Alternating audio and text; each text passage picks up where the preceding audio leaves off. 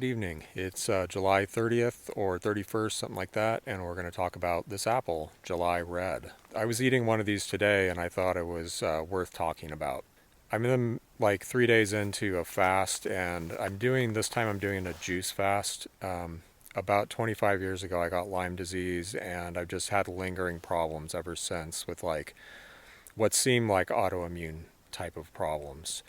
I have, inflammation, neurological problems, fatigue, just it affects every aspect of my life, and it's keeping me from doing what I want to do, like in a big way. I know people watch my channel and they think, oh, I'm doing all this stuff. Like, I spend probably more of my time than not waiting to feel better so I can do something. It's pretty bad.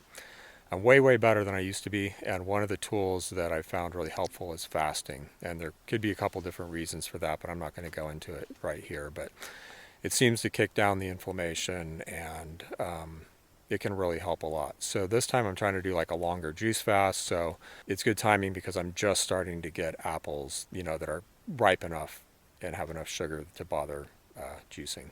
And this is one of them. So there's not many apples ripe right now. Here's another specimen of this apple, and this one looks pretty good. Yeah, that smells pretty good. I'm going to pick that. And when I lifted it, it popped right off. This is what it looks like on this tree. On the other tree, it looks more like this. It's much flatter. So I guess, what you graft stuff onto maybe does have an effect. Now I also see a couple of Carrie Pippins here, like that one's ripe. So that's a contemporary apple with this, and chestnut crab is later. It's not ready yet. And Williams Pride, like sometimes I'll get edible apples in July, but typically it's a little bit later. Some many years ago, a plant breeder named Williams saw the potential in this apple and used it in breeding early apples and ended up with this great apple called Williams Pride. And Williams Pride is really the benchmark for very early apples for me. It's a little bit before chestnut crab, which is also excellent. But in terms of what I've tasted in this season, generally like end of July, early August, Williams Pride just kind of tops everything by a pretty big margin. So this apple has a really delicious flavor. It suffers from a lot of the same problems that early apples suffer from. It's not super sweet. These really, really early apples, it's almost like they're just ahead of themselves, trying to ripen so quick that they don't have time to fully develop and get like, richer flavors and stuff like that. So it does have a little bit of the thinness, and the texture isn't great. Like, you got to get it and eat it when it's just right, and you're almost always having to eat it like before it's fully ripe. If I tested the ones that I'm juicing and eating for starch, they'd have a pretty high starch level because the starches haven't all been converted. But if you wait, then it starts to go soft and has the usual smushy texture of early apples. I'm a little tired. I haven't eaten for a while, except for juice. Okay, so let's taste this.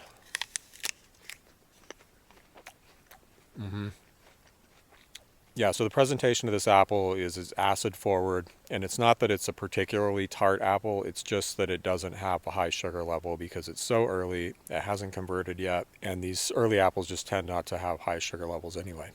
But there's this flavor.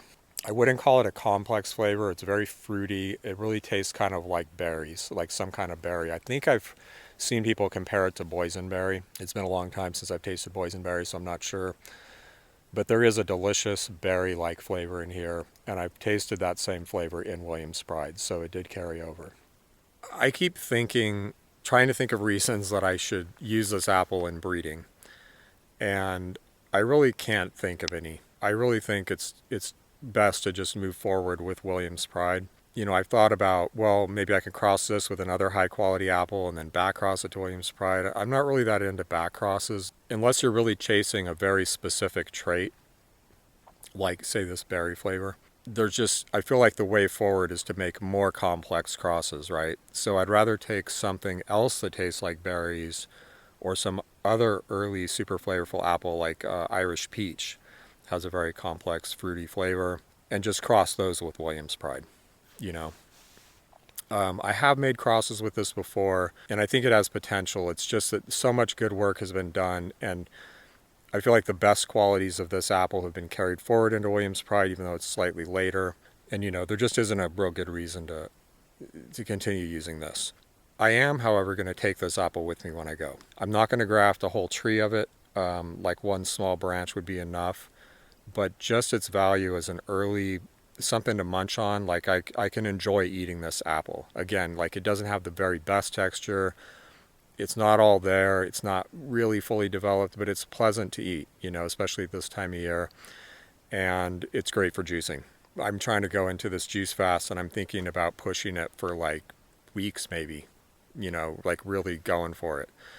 Because fasting helps me in the short term, but I just haven't made the breakthrough. And I think what happens is that with autoimmune conditions is if you fast long enough, your body forgets that it's supposed to be attacking itself or something. It stops reacting, and some immune component like gets played down or eliminated or turned over, and then you're kind of starting with a fresh slate. So I may push this.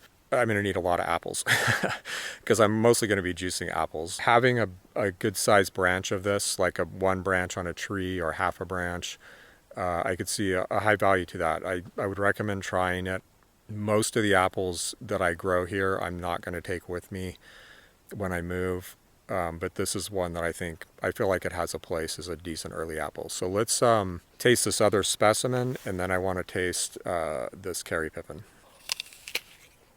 There's a little bit less flavor on this one. It could use a little bit more ripening, but again, I've tasted these when they're really ripe, and that flavor gets stronger. It's a flavor that definitely develops more as they sit.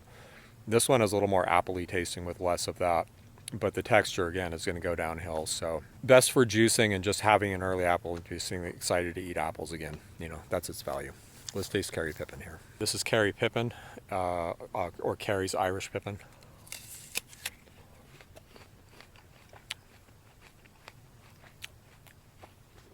Refreshingly tart apple. I'm kind of like, whoa, like I just chewed on some vitamin C tablets or something. Acid forward. One thing I can say about Kerry Pippin is it has a nice crunchy early texture for an early apple. The thing I pick out most in this apple usually is like an anise flavor, and it is in this specimen, although it will develop more as it ripens. For this apple, I feel like its best place is like not fresh eating. Yeah, I'll eat them. I can kind of enjoy them, but I'm not crazy about the flavor. I'm not crazy about the anise flavor. I think it really shines as a cooking apple. Like as an early cooking apple, it's very firm, and this is a solid, crunchy apple. Also for like juice or, anything else you would cook like sauce or whatever. This is an apple worth growing. I'm not crazy about it. I have friends locally that grow it that are really crazy about it. I think Williams Pride is a lot better, but it's also coming in a little bit earlier than Williams Pride. Is another apple that I feel like there's enough value that I want to have it growing on like a single branch or a half a branch or something like that for those early apples, especially if I want to cook like apple pie or something, which I do. I really want to cook an apple pie and like eat half of it in a day until it's gone. But I'm just going to stick with the juice for a while. So I do have other early apples that I think I've had like early harvest. I have Carolina Red June.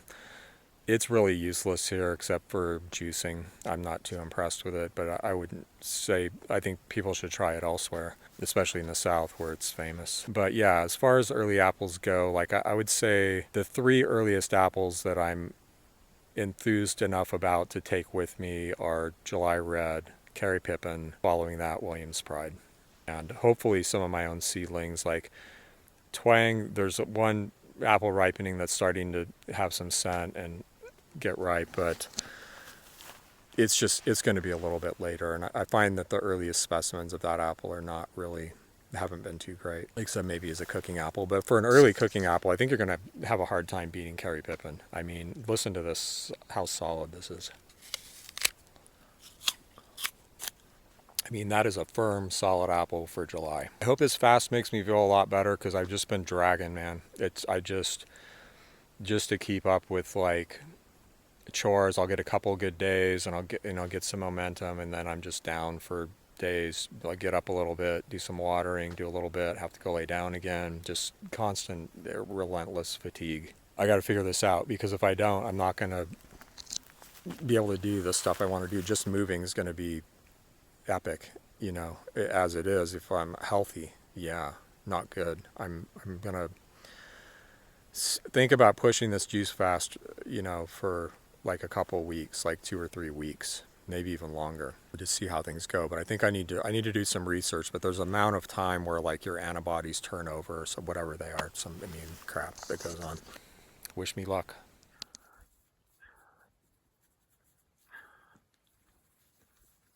Who's a killer kitty?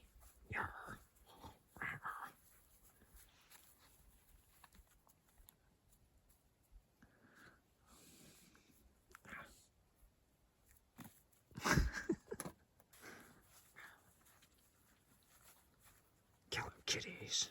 Killer. You're a killer. This is killer. Oh, I got your belly.